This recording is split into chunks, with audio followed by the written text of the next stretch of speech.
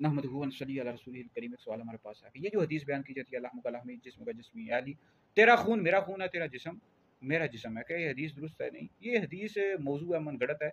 ये जो शियों की किताब है रवाफिस की नहजुल बलागा उसमें मौजूद है। ये जो नहजुल बलागा है ये चौथी सदी हिजरी में शियों का एक आलिम था अली बिन हुसैन, तो इसने ये लिखी थी। अल्लामा शरीफ मुर्तज़ा के नाम से मशहूर था, तो इसने ये हदीस ये लिखी है नहजुल बलागा। तो ये आले सुन्नत की किताब नहीं है नहजुल बलागा, इसके हवाले से मेरी वीडियो भी यूट्यूब पर मौजूद है, आप सुन सकते हैं। आले सुन्नत की हरगिज़ भी किताब नहीं। इसमें हज़रत सैयदना अबू बकर सिद्दीक़, हज़रत सैयदना उमर बिन ख़त्ताब फ़ारूक़ आज़म रज़ियल्लाहु तआला अन्हुमा के हवाले से बहुत ज़्यादा गुस्ताखी हैं ये नहजुल बलागा में।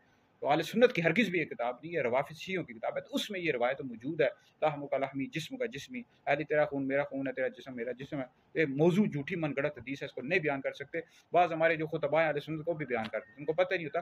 तो इस हवाले से हमारे अकाबिर उलमा ने लिखा है कि ये रवाफ़िज़ शिये हैं, इन्होंने मौला अली और मुर्तज़ा रज़ियल्लाहु तआला अन्हु की शान में 3 लाख झूठी हदीस गाड़ ली हैं, तो अपनी तरफ से करते रहते हैं इस तरह की हदीस।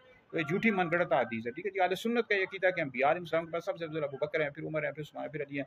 जो शख्स मौला अली को अबू बकर उमर से अफज़ल बताए, ऐसा शख्स गुमराह बद्दीन है और अहले सुन्नत से खारिज है। तो नहजुल बलागा अहले सुन्नत की हरगिज़ भी किताब नहीं है, शियों की रवाफ़िज़ की किताब है। और ये जो रिवायत है लहमु का लहमी जिस्म का जिस्मी, तो ये रिवायत झूठी है, मनगढ़ंत है, इसको हरगिज़ भी बयान नहीं कर सकते। मौला अली और मुर्तज़ा रज़ियल्लाहु तआला अन्हु की बेशुमार शान हैं, फ़ज़ाइल हैं जो हदीस में आई है।